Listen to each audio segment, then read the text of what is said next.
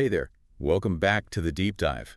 If you're wrestling with those big vocab lists for your postgraduate exams, maybe hit that like button. It really helps us keep these dives going. It does indeed. So today, we're really zeroing in on Day 35, Part 1 from your study materials.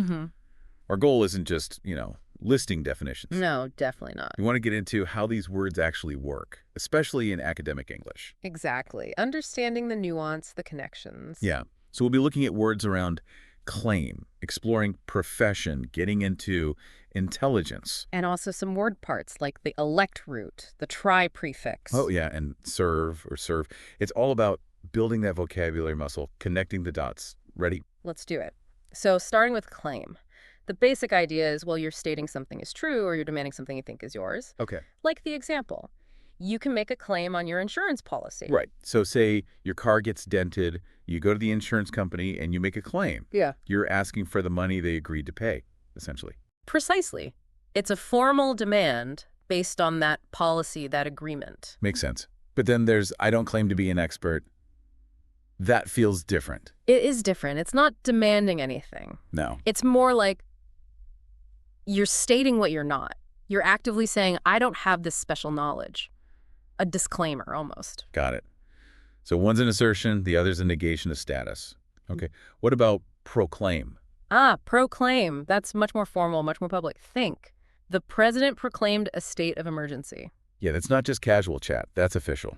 Big announcement. Exactly. It carries weight, authority. It's meant for everyone to know. Often signals something critical. Right. Okay, then reclaim. The re-prefix usually means back or again, doesn't it? It often does. So you'll have to go to the police station to reclaim your wallet. You're getting it back. Retrieving it. Yes. Getting back what was yours. And it works for land, too. The site for the airport will be reclaimed from the swamp. So transforming it. Making it usable again, or maybe for the first time in that way. Kind of like taking it back from the swamp's control, restoring it for a new purpose. Land reclamation. Okay, I see. Now, exclaim. That sounds more sudden. She opened her eyes and exclaimed in delight at the scene. Definitely. It's a sudden cry or remark, usually driven by strong emotion, delight, surprise, maybe pain. Like a verbal outburst of feeling. Exactly. It's spontaneous and often very expressive, even if it's just a short word or sound. As color. Okay. Then acclaim. We hear this with books or movies, right? The work was acclaimed as a masterpiece. Yes, that's about public praise, high approval. It's not just one person liking it. It's widespread recognition, often from critics or the public. So a collective thumbs up. A collective, enthusiastic thumbs up, you could say. It signifies significant admiration. Okay. And declaim. The example. The famous actor declaimed a poem. Makes it sound quite theatrical. It often is. Declaiming involves speaking formally, sometimes passionately, even dramatically, like a performance. Not just reading lines. Yeah. Not at all. And it can also mean speaking out against something strongly. He declaimed against the evils of alcohol. So a forceful public condemnation. Yes, with conviction, often trying to persuade the audience. Like a strong, dramatic statement. Yeah. Okay, last one in this group. Confess. She confessed to the murder. That's heavy. Very.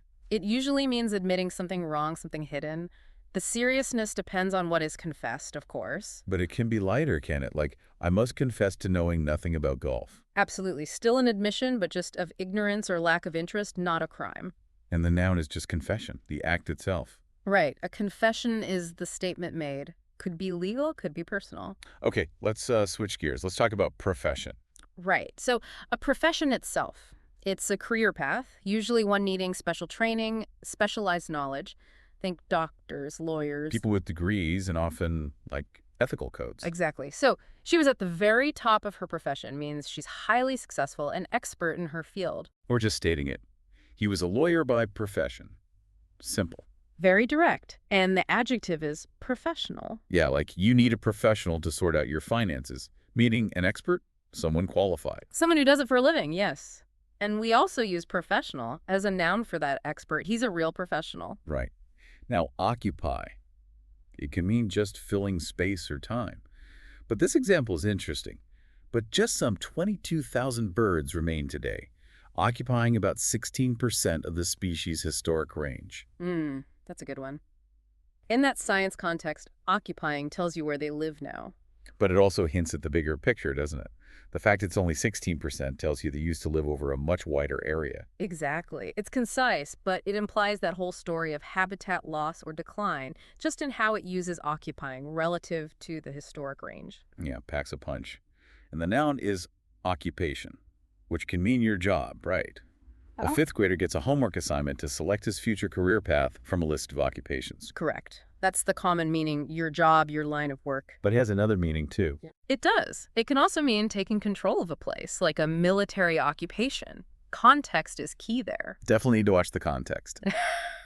Okay, amateur next. Someone doing something for fun, not money. Pretty much. For pleasure, not as their job. The example sentence. Moreover, the amateur tradition in music criticism has been in headlong retreat. So, fewer non-professional critics writing about music. People just doing it out of passion. That's the implication. And it makes you think, well, what's lost when those voices fade? They might offer different perspectives, you know?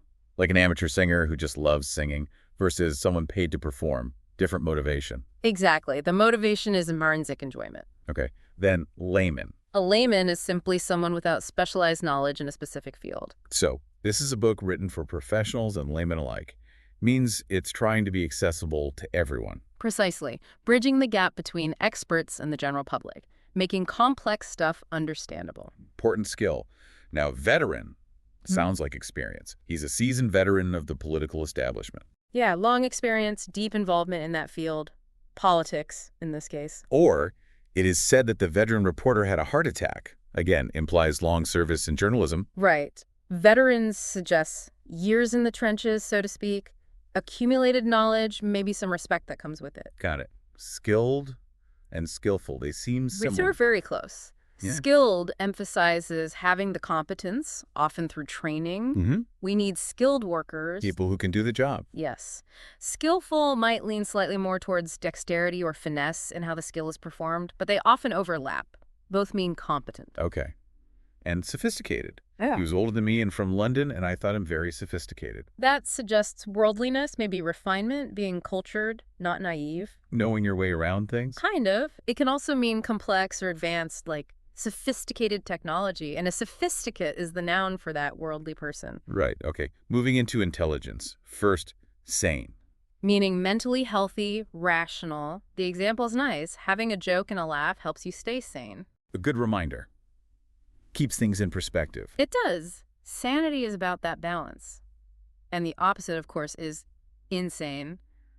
Mentally unwell, irrational. Then Renaissance. Yeah. Like the historical period. It can refer to that, yes, the European Renaissance. Yeah. But more generally, it's a revival, a rebirth of interest or activity. Ah, like in the example, Hawaiian culture is not a relic of the past.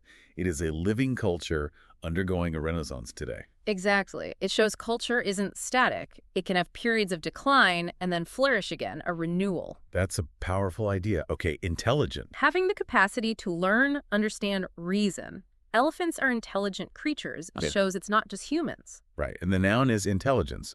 But that has two main meanings, doesn't it? It does. It can mean that general mental capacity like artificial intelligence. Or it can mean secret information, especially military or government secrets.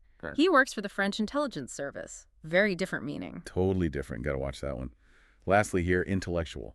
Can be an adjective relating to the mind, to thinking, intellectual pursuits. Or a noun. Or a noun. A person who's highly educated, enjoys complex thought, deals with ideas. She's a leading intellectual. And the example, it can be very difficult to measure intellectual ability, points to how abstract it is. Exactly. It's about the life of the mind, really. Okay, let's look at that lect root now. Often about speaking or choosing, like lecture. Right. She lectures in Russian literature. That's the academic talk, the teaching format. Yeah, and the other example is quite human.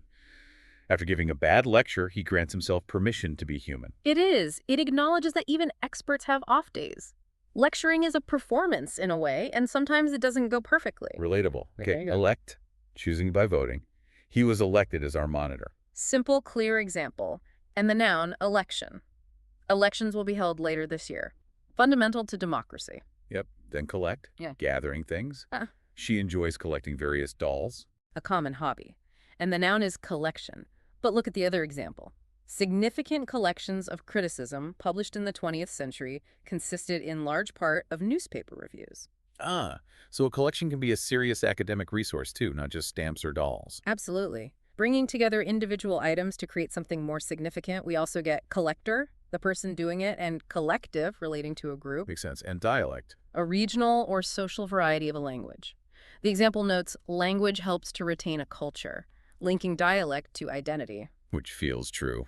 And the other sentence, there exists no language or dialect in the world that cannot convey complex ideas. That's a really important linguistic point. No dialect is inherently simpler or less capable than a standard language. They're all fully expressive. Good point. Okay, quick one. The tri prefix means 3. Simple as that. So triple.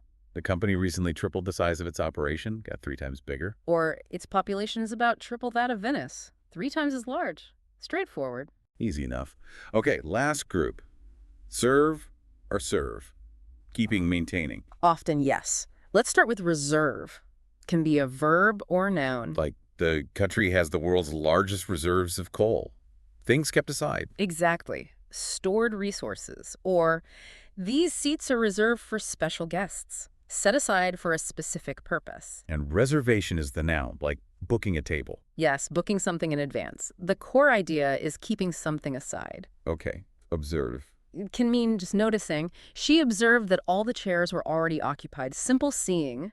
But it can be more formal, like in research. Definitely. We get observer and observation in the example. During a separate observation, she saw that phones became a source of tension in the family. So careful watching revealed something about behavior. Yes. Observation as a method to gain insight.